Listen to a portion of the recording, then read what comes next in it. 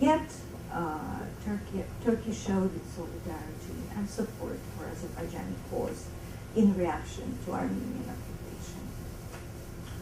The post-Soviet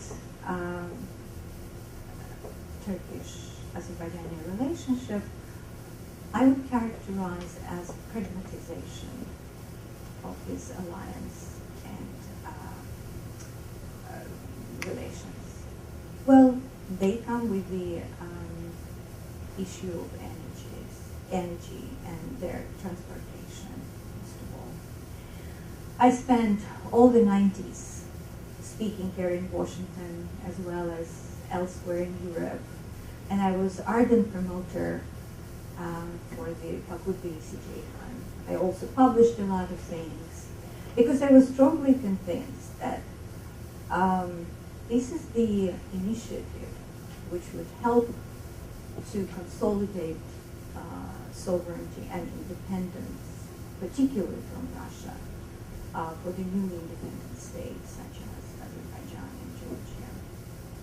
But I also thought that it would consolidate and stress the orientation, pro-Western, general pro-Western orientation of all these states who are involved in Bakut-Tbilisi-Ceyhan, as well as from the political point of view, because Turkey has always been, particularly during the Soviet times, Turkey has always been the ideal for Azerbaijanis, of realization of something Azerbaijanis could never realize, and that's independent, secular, and democratic state.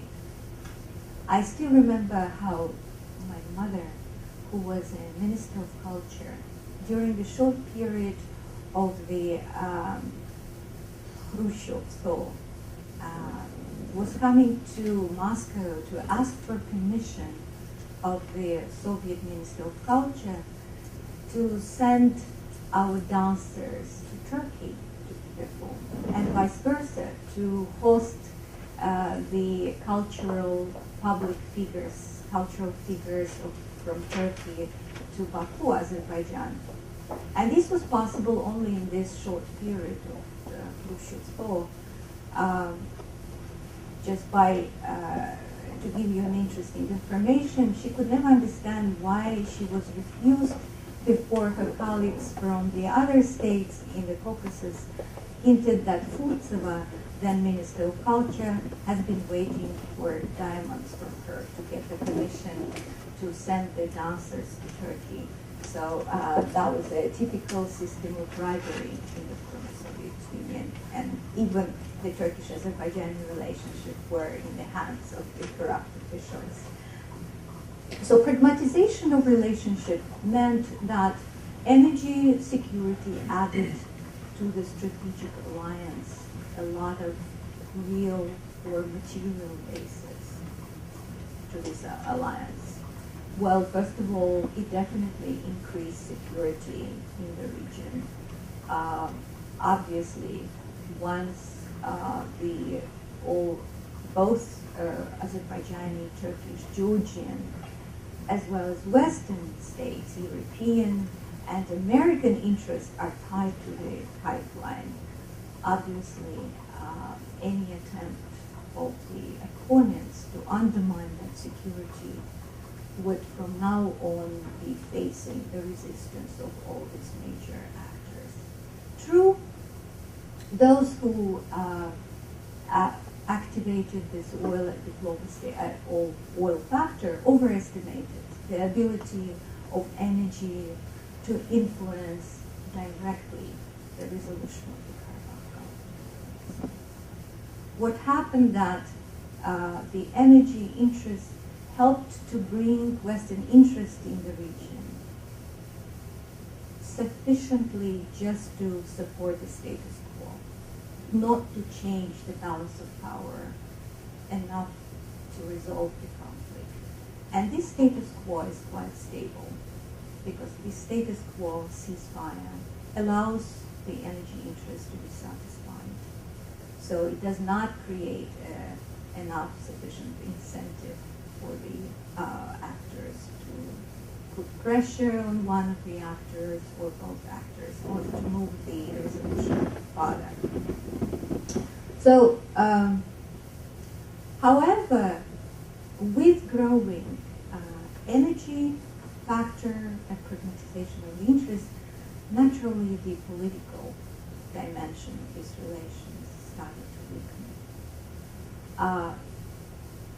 The society is getting disappointed with the ability of Turkish, for instance, observers during elections, to be more principled and closer, let's say, to the Western assessment of the elections.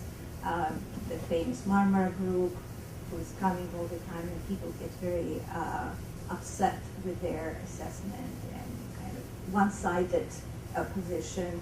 Or, for instance,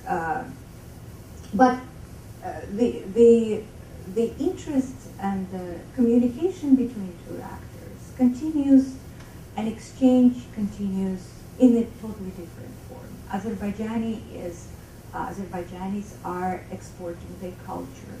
Most of the musicians and very prominent musicians, artists worked in Turkey. While Turkish influence has also changed its form, and it's going through, not through the direct